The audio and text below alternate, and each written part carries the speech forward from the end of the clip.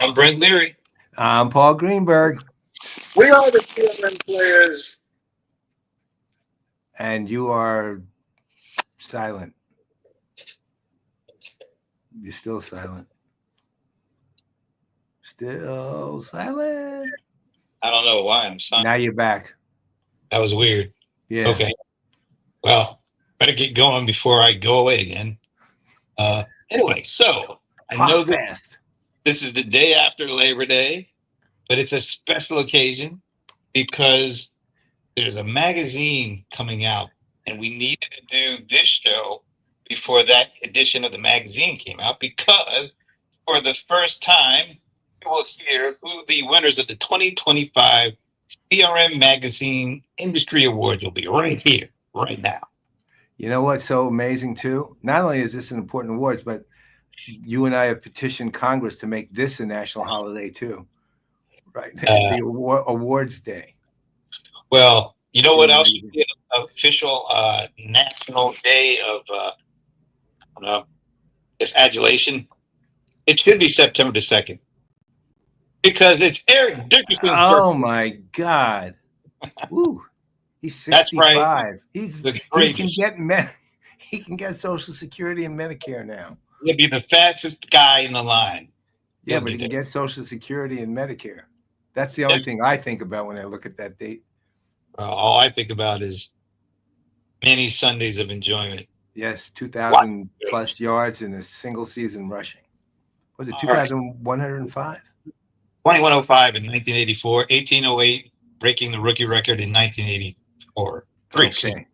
Not that I know or anything. But anyway, we're not here for that. I am. But we are actually here because 24th year of CRM Magazine giving out industry awards. That's pretty cool. It's the longest standing. It's probably one of the longest standing awards in business technology, right? Not just CRM. I mean, 24 years is a formidable number. Really is. It's an astounding number. And you know what though? They carry the impact. They've had impact all 24 years. I mean, people want to know where they stand when it comes to what CRM Magazine thinks. And before we bring on the fellows to help us go through this list, it's not a moment to spin, but we are glad to see Sven. Oh my God, yeah. Okay, so I'm guessing English for Sven. And I'm also guessing Thomas Weavernight. Howdy, Thomas. You must be in San Antonio with you saying howdy. I don't think he's here. I think he's in as I like to call it, South Kakalaka. But Carolina, enjoying his new house. His new house, by the way, just thought I mentioned.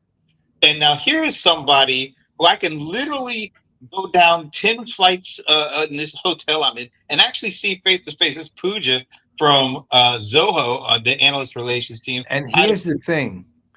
I miss her. I'm not there, and I miss her. As soon as I saw her name, I just said, "Oh, I'm not going to see Pooja." I'll give her the obligatory Greenberg hug. Big one, monster bear hug for her. Oh my! CRM Magazine. This is when I first really got introduced to the magazine. Ginger Conlon was actually the editor in chief. Me too. So hello, I'll be seeing her next week at Genesis. What do they call it? Genesis Experience in Nashville, Tennessee. Another company conference I'm not going to. Yeah, that'll get me up to 17. Hey, Michael, how you doing, man? Let's go to Olga. Olga. And okay, so look, Rich Green. Oh my God. So good to see Rich. Another guy. So far, literally, as soon as the names of literally every single one of these people, I keep thinking, how come I'm not going to see them? Well, you see them. Really wanted to, but Well, you know what we're going to do though. We now have a list to invite to IRL 2026. Yes. All right. So, spend this whole hour doing hellos to people. Yes. Let's go ahead and bring out the. You're kind of going in and out a little bit though. Now you're out. You're still out. I can't. The Wi-Fi says That's Wi-Fi. Wow. Okay. on the hotel Wi-Fi. Anyway, let's go ahead and bring in the publisher of CRM, Fernekees. You got it right. Hey, thanks so much. I think he's gotten it right 3 times in a row now. So it's starting to become Look what I've got here. Whoa, there's the issue. Don't open it. So don't. I got my see issue it. today. Don't open it up. Don't open let it up. anyone see it. All right. And I want to remind everybody that at the end of this show, the link will be live, so you can go in and read the issue. So anyway, thank you. And next to Bob, and editor-in-chief. Hey, Lynn. It's Len Klie. You fritzed out again. So yeah, oh yeah. Well, Bob and Len are going to be there this coming year too. They're like just double checking there. Beware. Right. Yeah, beware. They're going to be there. Oh. Okay, so let's get going because there's actually, but this is year 24 of the CRM Magazine Industry Awards. And we even got the little magazine cover there. So this Brent, you're in and out still. So this is there 11 key sectors. We're gonna basically we got a plan. Just go along with us. Len and Bob will be handling most of it, but we'll be chiming in. So let's see if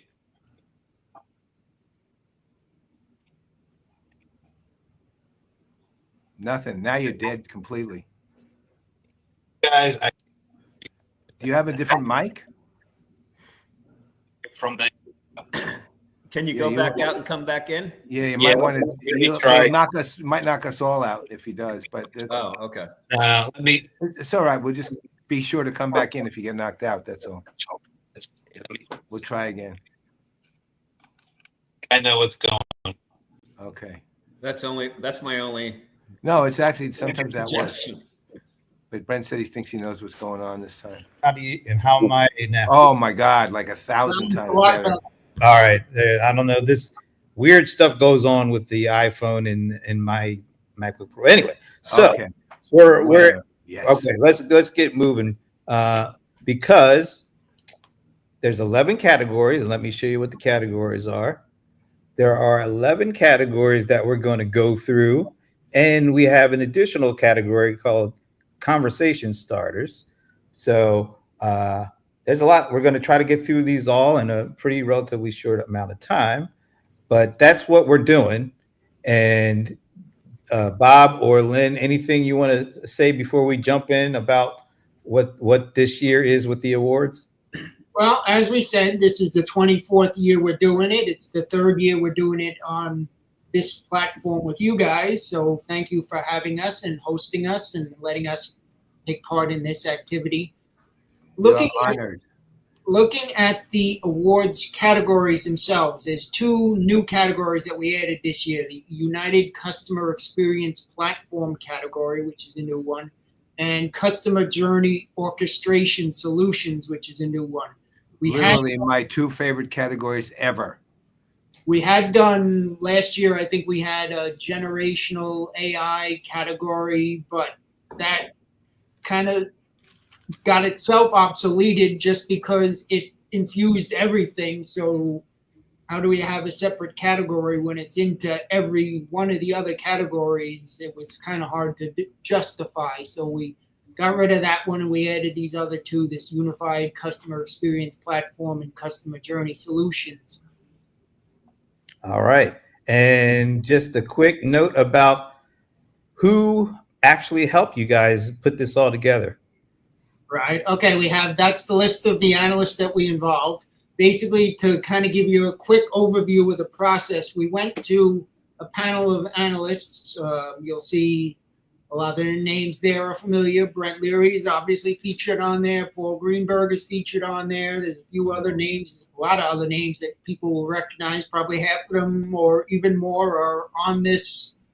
Yeah, there's as one. we speak. There's one now. Basically, the process was we went to the analysts with the 11 categories and said to them, if you had a client that came to you and wanted to install one of these kind of solutions, which 5 vendors would you put on their short list for them to check out and kind of, which and why? And so we got our feedback from all the analysts, and we pulled all the numbers together and put all our own little algorithms in play and came up with a list of 5 in each category. Some of the categories we have what we call the niche player, which would be a company that either expanded into the category and is just kind of getting their legs in the category itself, or does a specific niche within that category, deals with a specific industry maybe, or a specific smaller portion of the larger product kind of a thing. So we have a couple of those as well in this year's rankings. So for those people who don't know, why don't you tell them how you handle winners, how that works exactly? Well, there's really not a specific winner as far as like, we don't mention one company that is like the top company in that. It's more or less, these are the top 5 as far as the analyst's feedback goes. Okay. And any one is as good as the next, so to speak, of the 5. Well, obviously in the private numbers Right. crunching, there were some companies that got 7 mentions and other companies that maybe only got 4 or something like that. But we didn't really get into like a specific, this is the best company in Right. this area type of Okay. deal, because we don't want to limit users to Salesforce won the category, so we're only going to look at Salesforce. We want them to consider all 5 of the companies that were listed there. All right. Now, this is the year 24. So that means it started around 2001-ish. So I hid this from the guys because I wanted them to take a guess. So just last year, estimates run between 73.4 billion and 101. I know Paul likes this, 101.41 billion. I love that. I'm so glad that they could be so accurate. That's for the CRM software market in 2024. But I want you all to try to take a guess as to what size the market was back in 2001 when this thing got started. Take a guess. And anybody in the comments, take a guess. If it was 101.41 billion in 2024, what do you think the overall CRM market was back in 2001 when this all got started? $17.36. I'm gonna take a wild guess, Brent, and we all know that CRM is like, it's, hey, what do you define as CRM? Exactly. I was just going to say that back then, especially. But I remember those numbers were like in the 500 million. Like, I mean, they were real low, like back then. All of a sudden we got like way into the billions. Well, I'll be curious. It's the largest business now. It's the largest business software technology in the world is CRM. Shout out to Ramon. Ramon is saying 100 million. Okay. So Bob, what was your final answer there, Bob? What was yours? I was saying 500 million. 500. All right. So we got 100. So he went real low too. Because I just remember those numbers used to be, astronomical at the time, but pretty low looking back. Okay. So we got Ramon at 100. We've got Bob at 500. I think Rebecca is answering for Patrick with 3 wolves out. I guess that would be 300 million. 300 million. Yeah. Pierre has, my buddy Pierre has 200 million. Brian Summer. So sorry, I'm late. I'm in the Powerball. Yeah, it's $1 billion for that. All right. What about you, Len? You want to take a shot? I'll go a little higher than most people. I'll do a billion. You got a bill. All right. And the Venerable Paul Greenberg, what was yours? Since when is this Stump the Godfather? How do we not avoid that? I'll just go with, tell you what, just to sit in between people, because that's all I can do, really. I'll go with 400 million. All right. I have no idea. I was writing first edition of the book at that point. How little I knew. Okay. Now, I think this slide here. So Granville Research predicts it'll go to 2030, 163 billion in 2030. But in 2001, according to research from Gartner, That much? the worldwide revenue for CRM software licenses in 2001 was 3.7 billion. Look at what it said too. That's probably the only year it declined. Yes, I thought that Literally. was so. Apparently, Wow. Was that the tech wreck back in 2001? I probably was. oh yeah, it was the bust. Yeah, there was a serious bust. No, that was definitely the bust. But there was I did Gartner's numbers back then. I remember them now, and I had a whole thing which showed it depends on how you viewed Gartner's numbers, because actually there was a slight increase in 2001 depending on which of Gartner's numbers you chose, and it was 1.2%. I remember that. I remember that actually was 1.2% increase in CRM's numbers, not 6.4% decline. Yeah, but you're burying the story. It was due to the CRM Magazine Industry Award 2001 that it rose all the way to where it riz. It riz. So thanks to CRM Magazine, the industry is at $100 billion because it was going the wrong way before you guys started. So, and by the way, I'd like everybody here to channel 1% of that to CRM Magazine and 1% of that to CRM Playaz. we take Venmo and all right, guys, let's get started. And we're going to start with conversation starters, and let's bring up the list. The top 5. These are all the conversation starters that you guys identified 6. So why don't you take us through a little big picture of what all this is from a conversation starter? Well, I don't want to. I prefer if people read the magazine and go to the actual to see why each one got selected. No, but generally, we do a much broader write-up on each of the category, on each one of these companies, explaining what they're doing. Like ServiceNow, for example, they recently had this push where they're trying to get back into the CRM market. So for that, we're honoring them and giving them, an award. NIQ had a lot of different things that they were very busy this year in terms of partnerships. It's companies on the list overall, though, where there was a lot of movement with partnerships and expanding their reach and expanding what they're doing. Most of these companies, people probably maybe heard of to some extent. Some of them they might know better than others, but these are companies that have really been busy during the past year doing a lot of stuff, and kind of, this is our one to watch kind of list. Hey, Len, just for folks who might not know, like NIQ and Bloomreach, maybe you could just give us a little bit of what they do as opposed to why they're on the list. Well, NIQ is basically they do like market data, market research, provide companies with insight into other companies and markets. And they're basically a data company. Bloomreach is a more of a marketing, commerce kind of a platform. Outreach is more of a sales enablement, sales engagement platform. TalkDesk does a little of a couple, gets into a couple areas of CRM that we deal with. And Klaviyo is, another one. They're kind of branching into a lot of new areas. They started off as mostly marketing, but they're getting into a lot more areas as they go. All right. So let's go, unless anybody has another thought, let's go into the actual categories now. And the first one up, if I'm not mistaken, is Enterprise CRM Suite.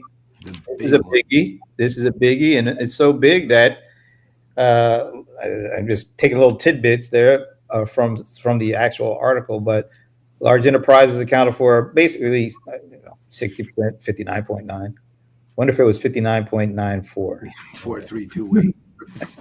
But 100, if it's 100 billion, so that means 60 billion of that 100 billion has been at the enterprise CRM level. And the top 5 for enterprise level CRM, Pega, Oracle, Salesforce, Zoho, and Microsoft. Lynn and Bob too. Whenever, Sure. tell us what's going on with why these guys made it. Well, a lot of these are companies that are certainly no strangers to CRM. They've been around for quite a long time, and these are the big companies that have been, like a Salesforce. They kind of dominate this category every year. Oracle's there every year. Microsoft is there every year. Pega's a new one. They kind of started getting into a lot more of the enterprise platforms in the last couple of years, so they're a fairly new one.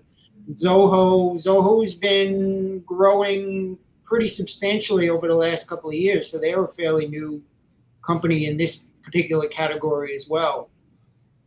Well, one thing, the Peg has been there. I think the fact that it's getting recognized there is actually the story. It's been enterprise grade for probably at least more than half its existence, if not all of it.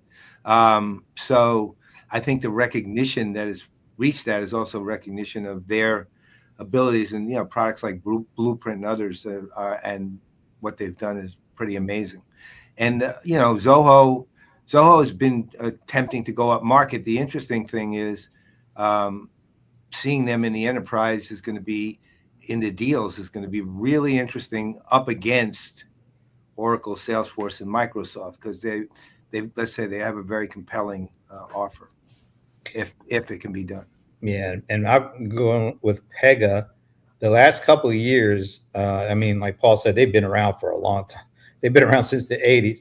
And 84. Yeah, but the last couple of years with the growth of Gen AI and agentic AI, all the things that they've been known for, like process management and all those kind of business process and all that, I think that has really been a great foundation for how they have leveraged some of the newer AI stuff to do things like their Blueprint and a host of other things.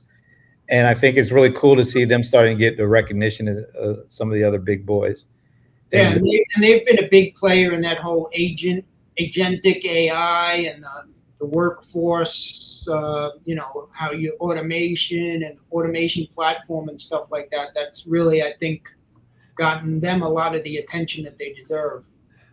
And also, honestly, from the broadest trend side, the fact, to your point earlier, Lynn, that Oracle, Salesforce, Microsoft there every year, which they are, the fact that there are new players inserting themselves is pretty important, because it's been basically a competition among those three, and actually we always had the big six, and they're still up. The other three are still up there, but now you got two new players who are basically being seen by the analyst community minimally and by probably broader as players in the space, and that's going to mean something in the near future.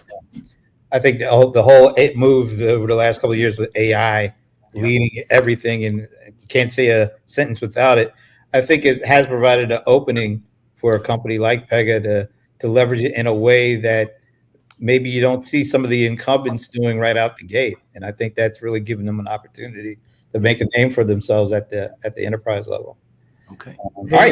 Hey, Len, you really kind of nailed it in your front office letter from the editor in your article. I'm quoting now, in 2025, it's all about AI. Would our two hosts agree with that? Is 2025 all about AI? It's been all about AI all year. Yep, absolutely. You can't escape it even if you wanted to. Yeah, right. There's no way to say it isn't. Where are we a little bit over our skis on the hype cycle, or are we in smooth air? No. Oh God, no. No smooth air. Nose down. You can't even turn your computer on without AI jumping out at you. I mean, I don't see how it changes. You notice 2 years ago, all the talk was generative, and then last year it switched over and all was agentic. Right. So even though it's AI, but it's in different forms and it's going to be targeted to do different things. Who knows what it'll be? We'll be talking about next year, but I'm guessing AI is going to be a part of that conversation. And just think of it from this standpoint. 2 years ago, as Brent mentioned, it's all generative. Now generative is just mainstream. It's just simply mainstream. It's just, in 1 year, it basically went mainstream so that people just don't use Google search anymore. They use Claude or Gemini or, ChatGPT or whatever to do pretty much everything that Google search and then many other things we're doing. Right. So that's how fast this thing is moving. At the same time, that leads to much more hype. Yeah. Right. Yeah. All right. Gotta love that hype. All right, let's move on because after the big guys, we get to talk. Oh, we got niche. Oh, I forgot the niche. We got the niche. We got the niche. Tell us about Creatio and ServiceNow being in a niche player here. Again, ServiceNow really made a push to get back into the CRM game. They kind of disappeared for a while. Hadn't really been too much talk about them for a while. So they're a big push to get back in. And Creatio is a nice one because they're, again, similar to Zoho and a few others, really making a push to go up market. They started as kind of a smaller business kind of platform, and they've been making a push to go up market a lot. And they have a fully integrated suite for a long time too, and they scale. They always have. Again, I've known them since 2011. And even then, when they were BPM Online, they had a scalable CRM suite. ServiceNow needs marketing, man, before it gets to where it's got to go. There's many ways to get that marketing, which we won't go into, but they need it. Yeah, but it's interesting to see companies like ServiceNow, Creatio, Pega, who are really well founded and grounded in workflow automation and process automation, how their companies like that are rising and making a bigger impact in the CRM space because of that foundation that they have in those other areas. Absolutely. Right. Now we go to the small business SMB CRM suite, and Grandview estimates or expects this segment to grow about 16.2%. So it's already 40% of the market if you go off of that initial number. And it's growing at a really significant all the way through 2030.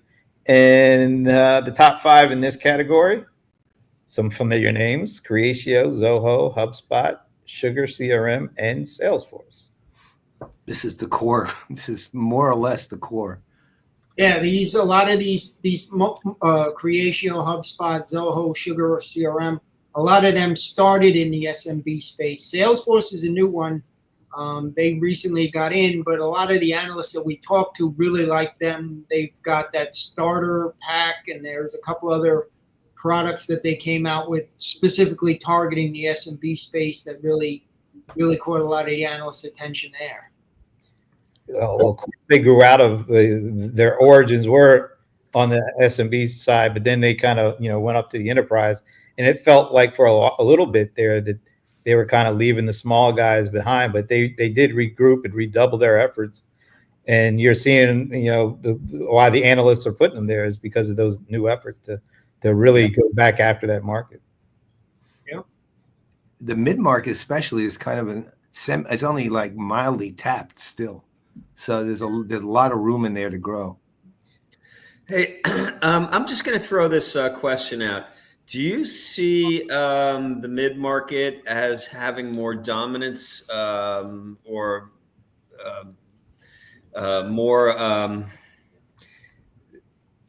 more well-developed marketing tools than the enterprise level? Do you think that's more important to the mid-market? Or do you mean could they use them? Or I don't understand. Well, it seems like, especially HubSpot, very marketing automation focused company. And some of these others are very marketing automation focused as well. And it seems that marketing automation seems to be very important to the, small, medium business in a way that maybe enterprise CRM is a little bit more broad. Maybe, I don't know. I'm just throwing that out there. Didn't mean to stump the panel. That's a nice regular part of Brent trying to deal with me, right?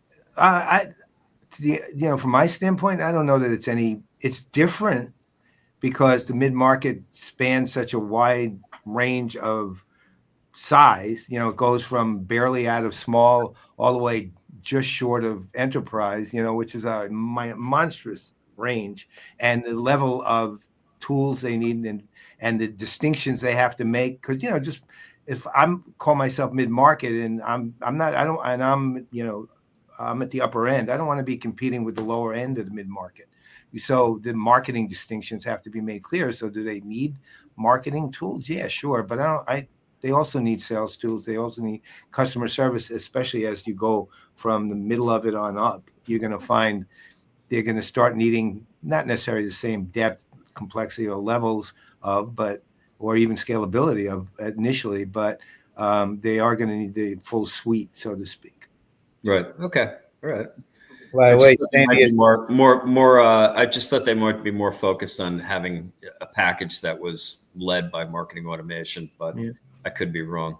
It's hard to say. I think when you're stepping up from the S to the M, that's when they do realize that they need more of a systematic approach, and they do need that from a marketing perspective. So maybe initially there might be a little bit more of an emphasis on that, whereas when you're at the enterprise level, they got all sorts of complexities across all the things they do. Right. And they don't necessarily have to focus or need to focus specifically that deep into it. But Right. I think, that's an interesting point. And so I am also here in San Antonio, and there's one of our favorite people, Sandy Lowe. And let's ask Ed. Ed, what is music to your ears? What? I think I have a guess that it was Salesforce being on the list. Oh, okay. I'm guessing though. What is before we go on? What? Hola, señoras. Yeah, that's funny. All right, let's move on because there's some niches here, I believe. Let's see. Pipedrive and Monday are the small business CRM niche players. So tell us a little bit about that and why. Well, Pipedrive has primarily been a sales driven product, but what they do is really phenomenal.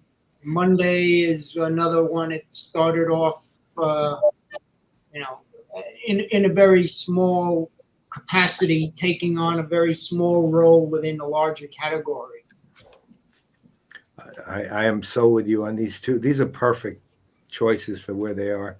I think Pipedrive's always been an underestimated company, and Monday, came out of task management basically and built a very substantial CRM following. The product pretty decent. I don't love it, to be honest, but at the same time, they have built a hell of a base.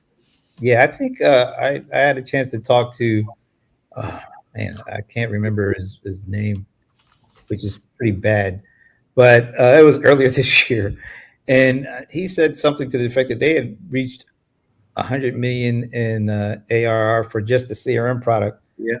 In a very short amount of time, which really shows you just how much space is in the CRM area, where companies that most people might not even know of are able to generate significant amounts of revenue stream in a short amount of time.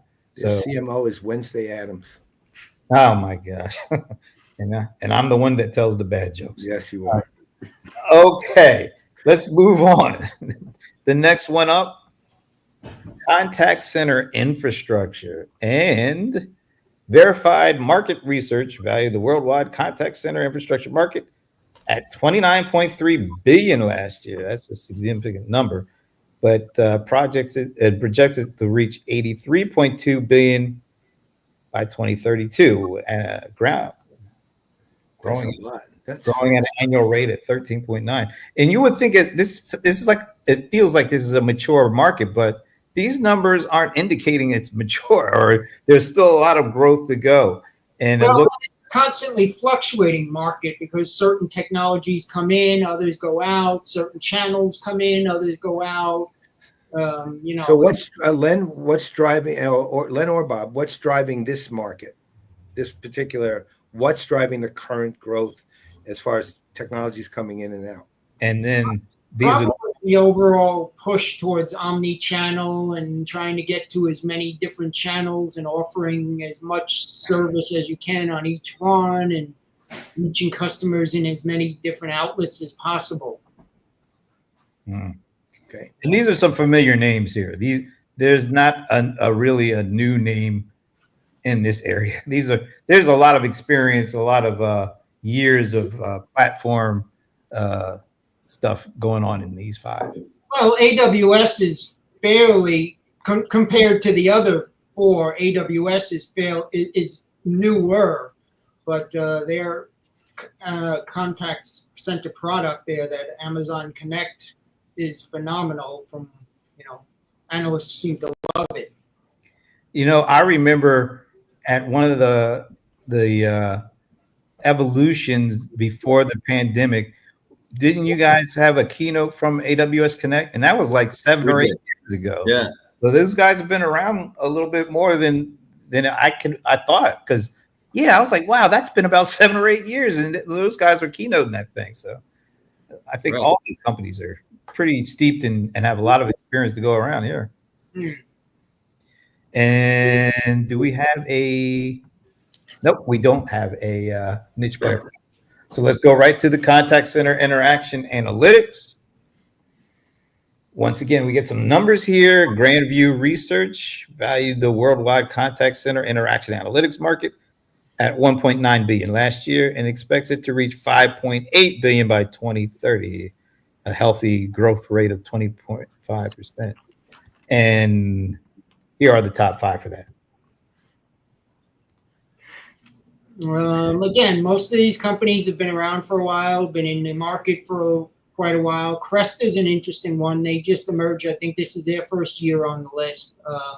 They've been at the game for a while, but they're starting to get some analyst attention. Product is pretty quality.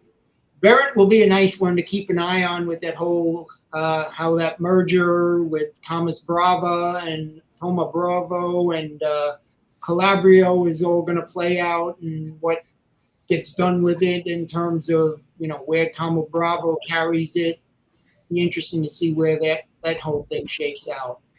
I guess you could say it with Genesis too, with that $1.5 billion investment coming from Salesforce and ServiceNow. Yep. And NICE just bought, I forget the name of the company they just bought. There's a lot of stuff going on in this. Yeah. It's a pretty busy market. Yeah. That's to Thomas's point on one of the comments about a lot of M&A going on. Yeah.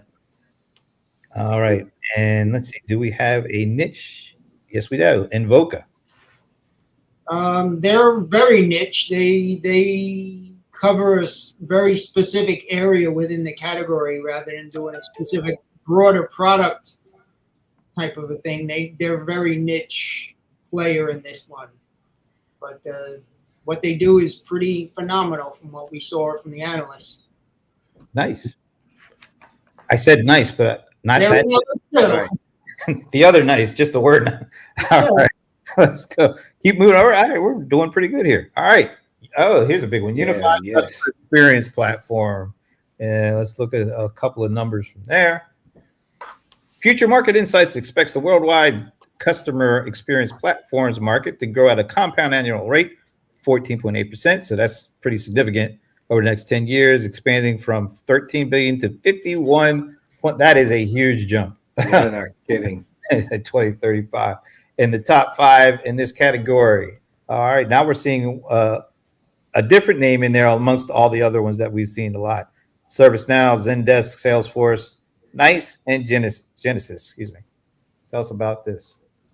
Well, a lot of movement in this category. As I said earlier, it's a new category for us. It's a unified CX platform. So this covers a lot more. It's not just contact center or just marketing or just sales. It's kind of a much broader category, kind of, a little bit more everything customer facing rather than any one specific area. So these are companies that are really getting into a much broader, maybe they started out as a contact center or they started out as a marketing, but they've kind of brought a lot of stuff together and put it into one uniform platform. I like how Ginger is keeping. I was just that's repeat. Why do we restrict unified customer experience? Well, I sort of to Thomas's point, I actually am wondering how anyone, including what was the name of the company that did the research that you gave the data for? Whatever that Future Market or something, whatever it was. Yep. But how anyone defines a unified customer experience platform, I don't even know how you would define it exactly. I just, because I will tell you this, there's 5 very distinct, well, at least 3 to 4 very distinct, I call it technical model differences in this group. And there's at least one company in there I wouldn't define that way. But the thing is, it's not like I don't know how to define that. I literally don't know how to define a unified CX platform. I don't know. We were looking at it more from a soup to nuts, from when the customer first calls till when everything is resolved. So, no, I actually get what you were doing. It's just there's so much broad definition of CX itself that it's hard to figure out what are the components of a platform that make it a valuable platform. Like there's other companies I can think of, for example, and again, I'm not saying these are bad choices or anything. I don't say that at all. But there are other companies that, have components that would lean even more so, at least in my own head, right? But again, it's just my definition is mine, and I'm guessing what 11 analysts had at least 9 to 11 different definitions there, right? So it's hard. This one's really hard one to pin. Yeah. Does anyone else group unified CX platforms together in a similar way that CRM I've seen engagement platforms, but I've seen companies that say they have a CX platform, but I don't know. Nobody particularly uses the word unified. But that said, the ACX platform is kind of implied that it transcends any individual category. But see, that's the interesting thing. You have the integrated CRM, which is easy, sales, marketing, customer service integration, right? But and then you have the process stuff underneath, which is fairly easy. CX, in effect, goes across all of that in some way. And it kind of goes at least to your point about soup to nuts. It's just a hard category really to pin down. And it's shown by the companies there, which are, again, somebody's definition made them the ones. It wouldn't have been mine necessarily, but in fact, it wasn't mine if I remember.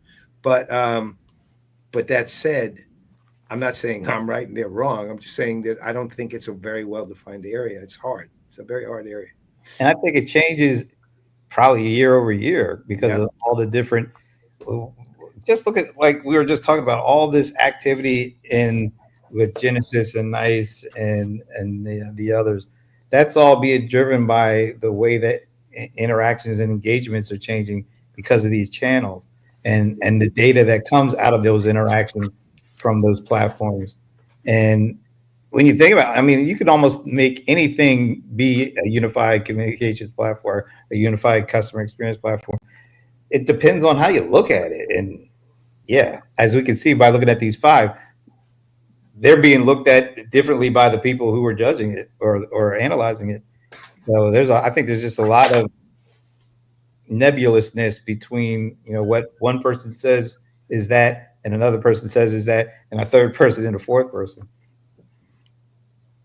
It's fascinating. Yeah, absolutely. Hey guys, we have like 6 categories to go. Yeah, out of 11. So, and I think we want to be home. Everyone wants to be home for dinner. Everybody needs to be home before the street lights come on. So so we got a niche player for that one in Sprinkler, which is when you take that total, those 6 companies, you wouldn't think that they would all be kind of grouped together in anything, but that's interesting. All right, let's move on. Workforce engagement management. How big is this market? $9.4 billion and expects it to reach $11.7 billion. So the growth is not as big at that for workforce engagement management. But this particular market, a lot of them are saying that it's kind of gotten absorbed into other areas. I could see that. In the top 5 here. Now, this is for the well, there's some folks that we're used to seeing, and then we got a couple of different names here. So Well, again, it's interesting to see how Verint Calabrio comes together with them two merging now in the Thoma Bravo. Aspect was an interesting one because they had been on their own for a while. Then they got acquired and merged with Noble under the Alvaria label, and now it's back under the Aspect name again. And so Alvaria, they kind of lost some of that recognition, and I think that's why they went back to the Aspect. And once they did, they made it back on the list. So that's probably not a surprise there. right. I will tell you this. One other thing that really is pointable here, in anything related to the service side of anything, in any way, NICE and Genesis are dominating. Yeah. They've been, I think, in every one. And Verint, four, I think, for each of them. I think Verint has been about 2 at least. 2. Verint's 2, NICE is 4, Genesis is 4. I think. Yeah. So if you're out there counting for Genesis, Ginger, that's Ginger, 4. 4. I just figured Ginger from Genesis had a ring to it. Mhm. Anyway. All right, let's keep it moving. Niche player, Community WFM. A smaller company, but they're really established themselves in this particular. Their WFM is basically all they do. So Only a few of the 1950s Yankees, Ginger. Okay. All right. Next category. Oh, all right. Now, My favorite. let's hold the enthusiasm back a little. All right, here we go. Let's see what we got for a stat. Dimension Market Research values this space Look at that number. $5 billion this year and expects it to grow at a compound annual. Now, this is the biggest growth rate I think I've seen. 24% annual. all of them. So that's like a 6x growth, almost more like a 7x growth, really, from now to 2034, and it's being driven by these top 5. I want to make one specific point on this. If you I don't know mind. what this. Yeah, you do. You know exactly what it is. Medallia owns Thunderhead, and that's the reason Thunderhead's in there. I mean, Medallia's in there because Medallia owns Thunderhead. Medallia before Thunderhead would have been nowhere near that. Okay, so just want to be clear. Medallia owns Thunderhead. That's what's doing this. Okay. Yeah, and one of the things that's really You're welcome. One of the things that's interesting here is Genesis finally is is a category that I maybe a couple of years ago, I don't think I saw them in this category. So Genesis is doing something a little different, even from NICE, because they've been kind of neck and neck in the categories. But this is one that, I don't know if people typically expect to see them there. Well, and it's interesting, the Medallia thing too, because they're part of that Thoma Bravo umbrella as well. They were acquired, I think, in 20 or 21, something like that. They were acquired too. So where they're gonna fit into that whole equation with Verint and Calabrio, and it'd be interesting to see where that all, if at all, that plays into anything. Early speculation was that it wouldn't, but who knows? Well, I will say one last thing and be quiet about it. There's 2 companies that are surprised. I won't say who they are just for the sake of time and no embarrassment to them. There are 2 companies that should have been on this list, and it's not because the analysts have a problem here. It's because they haven't done the work they need to do to be on it, and they should have been, without any question. So I'll leave it at that. You want to give us a hint? Yeah, I can tell you the names. I don't have a problem with that. But one is Qualtrics, and the other is CSG. Oh, well, since you said CSG, guess what? Well, there they are. Okay, CSG almost did the work. They own Kitewheel. Wow. Did you guys know that was going to happen? No, I didn't actually. I missed that one when I was looking. Well, I knew it was going to happen because I put the slides together. Tell us about why CSG made it here. Well, it's actually pretty simple on this one, to tell you the truth. They bought the second best Journey Orchestration platform was Kitewheel, which actually our friend Jeff Nicholson was one of the early people at. And CSG bought them. And actually, to CSG's credit, did a lot of work to build it up. Now, the original founders since left, Mark Smith, and has gone with Ray Gerber to formed the Customer Journey Management Institute. But what they've done with Kitewheel is actually pretty substantial, and I will have no doubt if they end up on the top 5 next year. I really don't. They're really a good company. They're a company that's really been growing a lot lately too. Over the last couple of years, they've really grown leaps and bounds. Nice. Okay, let's move on to customer data platforms. This has been a big one, but is it as big as it had been? Let's see.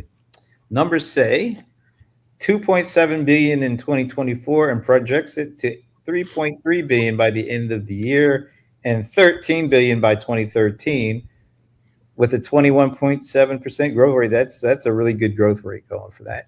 And the top 5 are Helium. Oh, yeah, I remember. Didn't we have one of those guys on our show? Yeah, I'm blocking his name now, but he was like one of the senior vice presidents at Helium. Yeah, so we have a really good guy too. I don't remember his name. Helium, Twilio. That's sort of a tongue twister there. Oracle, Adobe, and Salesforce. Lynn, what do we got for these? Again, most of these are data-driven companies. Twilio really entered the market when they acquired Segment a couple of years ago. That's what propelled them into there. Oracle, data basically is what they do, so that's no surprise. Adobe's been really strong in that category for quite some time. Salesforce, data cloud and all of that stuff that ties into data cloud, and that data cloud feeds into everything else. So it's not surprising they're there. Helium's kind of an interesting one. They're a new one on our radar, but analysts seem to like what they got. Yeah, they're like a pure play CDP. Yes, they are. And they're a very smart company. Yeah. Oh, sorry, Ginger. Oh, wow. This is like the first time in like 5 categories we didn't see Genesis's name. Sorry, Ginger. All right, let's move on. Business intelligence and analytics. Oh, I bet there's some good numbers here. Fortune Business Insights valued the global business intelligence market at $32 billion in 2024 and expects it to grow to $34.8 billion this year, from $34.8 billion to $63.2 billion by 2032. So not a big growth rate, but that's a huge number just on its own. So, all right, and the top 5 there. We got some new ones here. Domo, Google, Zoho, Salesforce, and Microsoft.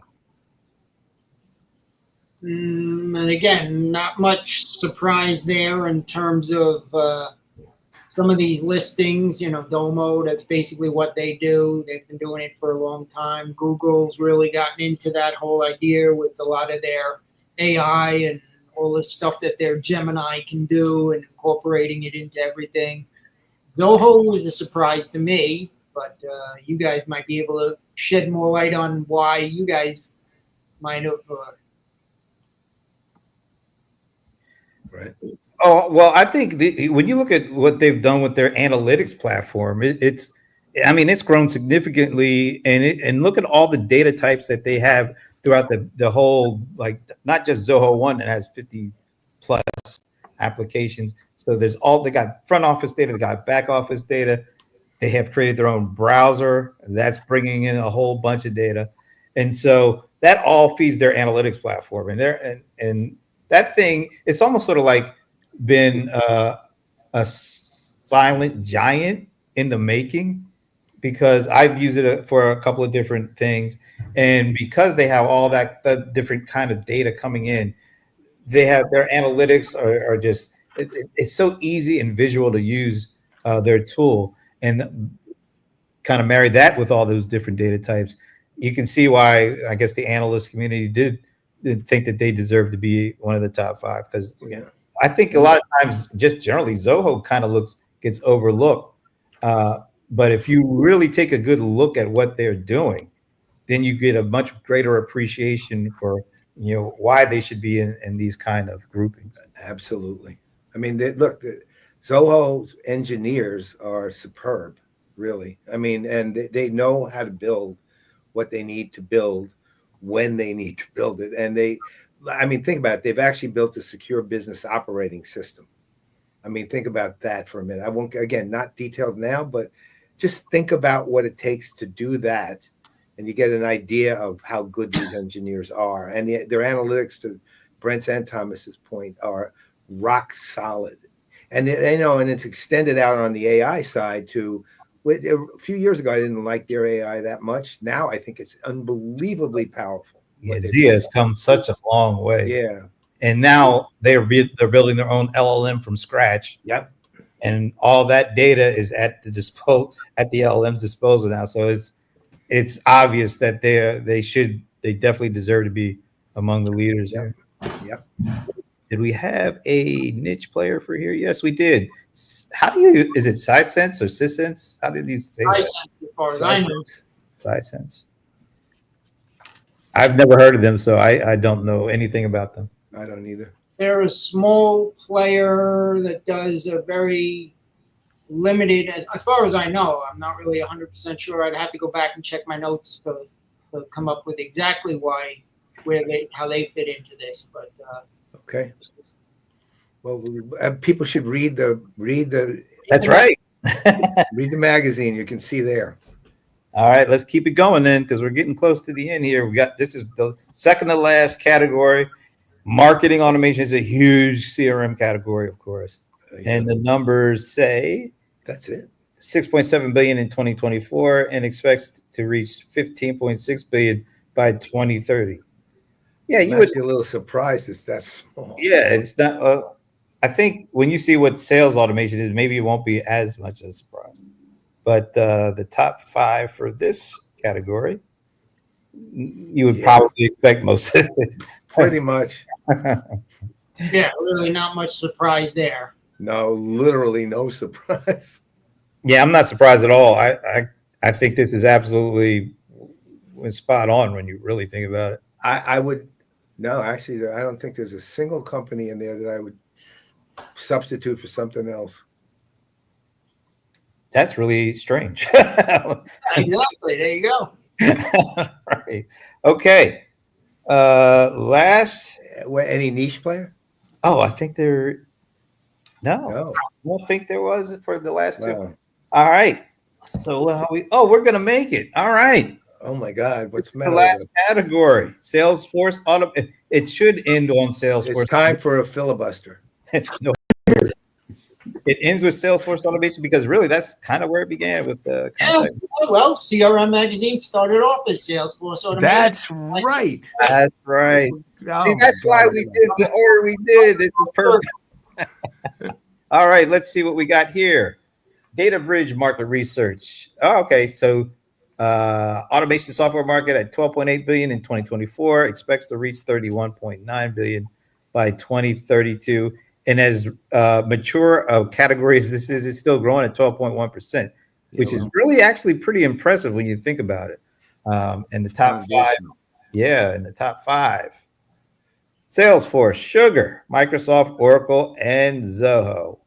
Once again, I don't find myself being surprised by these. No. Maybe some people might think Sugar, but Sugar has been around and they've really done a great job with their platform. Yeah. And that has been their power. That's their table stakes right there. Yeah. The Cell product is really, that's some powerful stuff. Yes. Well, since Sugar 7, literally, all they've done is built a powerful product when it comes to Salesforce automation. Since Sugar 7, and it plays in the mid-market for the most part. When is that? Right at 4, right? About 2 minutes. Hopefully, if everything goes according to plan, right as soon as this thing is over at like 4:00. Well, it's 4:00 right now. So guess what? I don't think there was a niche. Oh, there was a niche. So Spiro. Tell us a little bit about Spiro. Spiro AI, they're former vice president of the U.S. No, not him. Spiro AI, again, a smaller company, does a very small portion of that larger market. All right. Hey, can I just let everybody know that I just checked the site and it is in fact up right now, the issue. So, perfect timing, guys. Wow, this is beautiful. Great job keeping us on track there. All righty. So final thoughts. Anybody have a final thought before we let people go to the website and start reading it for themselves? Len and Bob, you guys first. Well, I thought it was interesting. There were a couple of companies. Ginger was pointing out that Genesis captured five nods this year. Zoho as well was up there. I think they were also in either 5 categories, I believe. So those are two companies that really seem to be coming on strong and really making a name for himself in the industry. Bob? I thought that was an interesting change. The other thing that amazed me was that despite the talk from ServiceNow and SAP about getting back into CRM and turning CRM into a major focus for them, that they're still, I guess, not getting the recognition from the analysts that that it's still on the way, so to speak. Yeah, I think Len, you've put together a beautiful issue again. Great awards issue. I'd like to see. I'd like to keep track of all the recent mergers and acquisitions as well, and see where the money's flowing. I think that now is a really good time to kind of see where everything's, how the money's going to flow and where that leads. Well, and I'll just say first to your point, Len, about ServiceNow and SAP, they're actually going in opposite directions. I mean, ServiceNow is trying to become CRM, and again, they're going to have to get some sort of marketing automation to really be considered in the space on the enterprise level. SAP is really checking out of that market, right? They're an ERP company. They're going to be an ERP company, and they have CX, but it's a peripheral part of the company at this point. Overall, though, the thing that really stood out as kind of interesting, aside from all the ones that you mentioned already, was NICE. NICE doesn't participate that much in the industry. They do, because I know they advertise with you guys sometimes and things like that, but they don't really, but they always show up in the awards. They win. They keep winning. They won something with the grand finale awards, things like that I did. I mean, that we did. But they keep showing up, which tells you that they have a hell of a product. I just hope that they decide to participate more in the industry. Well, and they've been very active on the last year or so on the acquisition front. They just had the big one with, I think it was Cognigy. Yeah, that's the one they just recently bought. Yeah. It's a very serious company. They are. They really are. It's just I want them to be more active. I want them to be out there more. All right, I'm going to make mine short and sweet, but I'm going to point out, let's see, Here's a video clip. Ed, come on. Ed, this is not a meeting. This is a show, man. This is a reveal show. We're having fun. We're talking about stuff we like. No meetings, shows. Now, the magazine, yes, it's been magazine, all our careers. So to end everything, first of all, thanks to you guys, Bob and Len, for putting this together again. Thank you guys for participating and providing your ratings as well. Again, it doesn't happen without the analysts supporting us and providing us with the information and their insights. And be ready you for guys, as well as the other 9 or 10 analysts that participated. Again, big thank you to all of you. It wouldn't happen without any of the insight that you guys provide. We'll all be here for the big 25th anniversary. Ooh, yeah. Ooh, yeah. Look, Ed has already started planning for you. What did Ed say? What he wanted to see? Configuration something? Yeah. All right. Configuration mining. I mean, come on, Ed. We just got through 24. You're already starting us off already. Give us a little break, and then we'll get back to you. All right, but thanks for everybody who checked it out. Lots of great comments, but also just it's really cool to see you guys doing this 24 years in, and based on kind of the comments we're seeing, people really enjoyed it and appreciated what you guys do with the magazine, with this particular thing, and I know we do too. So. It's a great community with great contributors, and that's you guys and the rest of the contributors to the issue as well. You know what the best part of this? I'm at a Zoho event and they won 5 of these things, so I can go out there and I'm sure right, and you won't be killed. I'm not killed. shirt or We should anything. have sent you some issues, some Yeah. actual printed magazines. Yes. Oh shoot, that would I be would great. have been a king. Yeah. Yeah, right.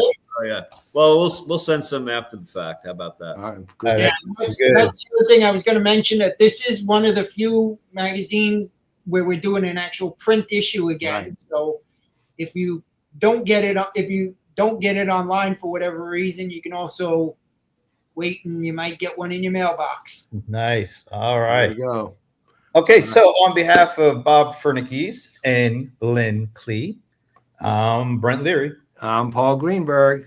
we are the CRM Playaz, and we give many a rest on these special. Yes, we do.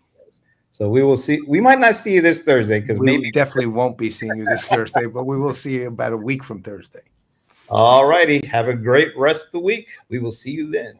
Great. Thanks, guys.